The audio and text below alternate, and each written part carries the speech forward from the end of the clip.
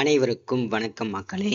இந்த ஒரு வீடியோவில் நம்ம எதை பற்றி பார்க்க போகிறோம் அப்படின்னா, எல்லாருமே ஃபோட்டோலே தம்ப்நெயிலே டைட்டிலே பார்த்துருப்பீங்க மக்களே.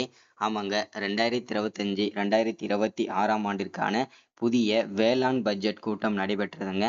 இந்த வேளாண்மை பட்ஜெட் கூட்டத்தில் கிட்டத்தட்ட நமக்கு 6000 கோடி நகைக்கடன் முழுமையாக தள்ளுபடி செய்யப்படும் என்று தமிழக அரசு அறிவிப்பு கொடுத்திருக்கிறாங்க. இந்த நகைக்கடன் முழுமையாக தள்ளுபடி செய்யப்படும் அப்படின்னு சொல்லியிருக்கிறாங்க. அதுவும் இந்த 2025 26ஆம் ஆண்டுல நகைக்கடன் தள்ளுபடிக்காக மட்டும் 6000 கோடி ஒதுக்கீடு செஞ்சிருக்கிறாங்க.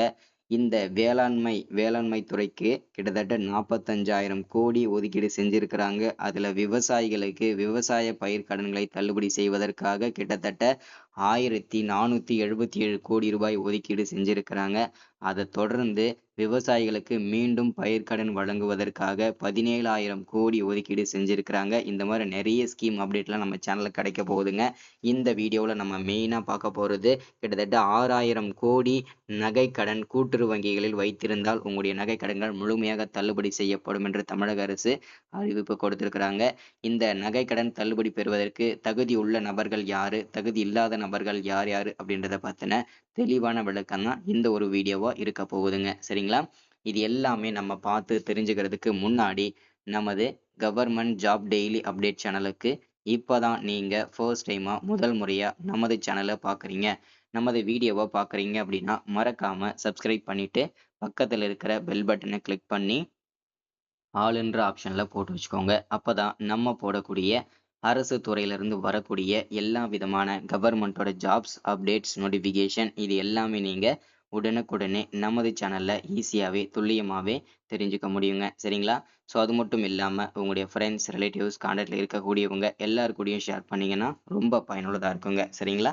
சரி, ஓகே, வாங்க வீடியோக்குள்ளே போயிட்டு இதற்கான முழு அப்டேட்டுமே நம்ம பார்த்து தெரிஞ்சுக்கலாங்க. இங்கே தெளிவாக மென்ஷன் பண்ணி சொல்லியிருக்கிறாங்க. என்னன்னா, கூட்டுறவு வங்கிகளில் 5 சவரனுக்குள் நகைக்கடன் வாங்கிய பயனாளிகளுக்கு நகைக்கடன் 100% தள்ளுபடி செய்யப்பட்டுள்ளதாக தமிழ்நாடு கூட்டுறவுத்துறை அமைச்சர் பெரியசாமி தெரிவித்துள்ளார். இதனால் சுமார் 14.4 லட்சம் பயனாளிகளுக்கு நகைக்கடன் முழுமையாக தள்ளுபடி செய்யப்பட்டுள்ளதாக கூட்டுறவு அமைச்சர் பெரியசாமி தெரிவித்துள்ளார். இப்ப இந்த நகைக்கடன் பெற்ற தகுதியுள்ள நபர்கள் யாரு, தகுதி இல்லாத நபர்கள் யார் யாரு அப்படின்றத பத்தின அப்டேட் தான் இந்த வீடியோவில் இருக்க போகுதுங்க. அதில் ஃபர்ஸ்ட்டாக நம்ம பார்க்க போகிறது நகைக்கடன் பெற தகுதியுள்ள நபர்கள் யார் யார் அப்படின்றத பற்றின அப்டேட் தாங்க. சரிங்களா? ஸோ அதில் தமிழக அரசால் வழங்கப்பட்டுள்ள குடும்ப அட்டையில் வழங்கப்பட்டுள்ள ஒன்று அல்லது ஒன்றுக்கு மேற்பட்ட குடும்ப உறுப்பினர்கள், ஒன்று அல்லது ஒன்றுக்கு மேற்பட்ட கூட்டுறவு நிறுவனங்களில் ஒன்று அல்லது ஒன்றுக்கு மேற்பட்ட பொது நகைக்கடன்கள் பெற்றிருந்து அவர்களின் மொத்த நகைக்கடன்களின் மொத்த எடை 40 கிராம் வரை, அதாவது 5 பவுன் வரை இருந்தால் இதர தகுதிகளுக்குட்பட்டு அவர்களின் நகைக்கடன் தள்ளுபடி செய்யப்படும் அப்படின்னு சொல்லியிருக்கிறாங்க. அதுல தமிழக அரசால் வழங்கப்பட்ட குடும்ப அட்டை, ஆதார் எண் விவரங்களை சரியாக அளித்தவர்களுக்கு மட்டுமே நகைக்கடன் தள்ளுபடி வழங்கப்படும் அப்படின்னு சொல்லியிருக்கிறாங்க. மறுவாழ்வு முகாம்களில் வசிக்கும் இலங்கை தமிழர்களுக்கு நகைக்கடன் தள்ளுபடி வழங்கப்படும் அப்படின்னு சொல்லியிருக்கிறாங்க. தமிழக அரசின் குடும்ப ஓய்வூதியதாரர்களுக்கு நகைக்கடன் தள்ளுபடி பெற தகுதியானவர்கள் அப்படின்னு சொல்லியிருக்கிறாங்க. தற்போது வரை செல்லுபடி ஆகக்கூடிய குடும்ப அட்டை வைத்துள்ள நகை கடன்தாரர்கள் தள்ளுபடி பெற தகுதியானவர்கள் அப்படின்னு சொல்லியிருக்கிறாங்க. நகை கடன் பெற தகுதி இல்லாத நபர்கள் யார் யாரு அப்படின்றத பத்தின அப்டேட்டுமே பார்க்க போறோங்க.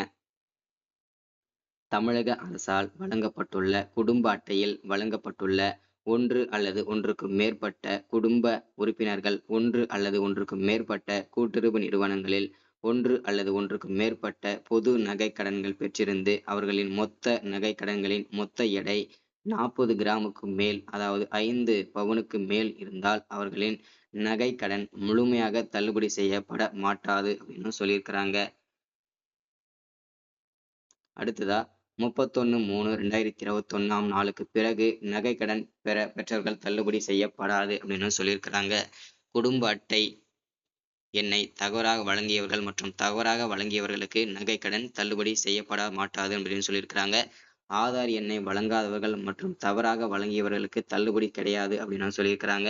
கூட்டுறவு நிறுவனங்களில் உள்ள நிர்வாக குழு உறுப்பினர்கள் மற்றும் அவர் தம் குடும்பத்தினருக்கும் இந்த நகைக்கடன் தள்ளுபடி அப்ளை பண்றதுக்கு எலிஜிபிள் கிடையாது, தள்ளுபடியும் கிடையாதுன்னு சொல்லிட்டாங்க. எந்த பொருளும் வேண்டாத குடும்ப அட்டையினருக்கு நகைக்கடன் தள்ளுபடி கிடையாது அப்படின்னு சொல்லியிருக்கிறாங்க. 2021ஆம் ஆண்டு பயிர்க்கடன் தள்ளுபடி பெற்றவர்கள் மற்றும் குடும்ப அட்டையின்படி இடம்பெற்றுள்ள அவர் தம் குடும்பத்தினருக்கு நகைக்கடன் தள்ளுபடி இல்லை அப்படின்னு சொல்லியிருக்கிறாங்க.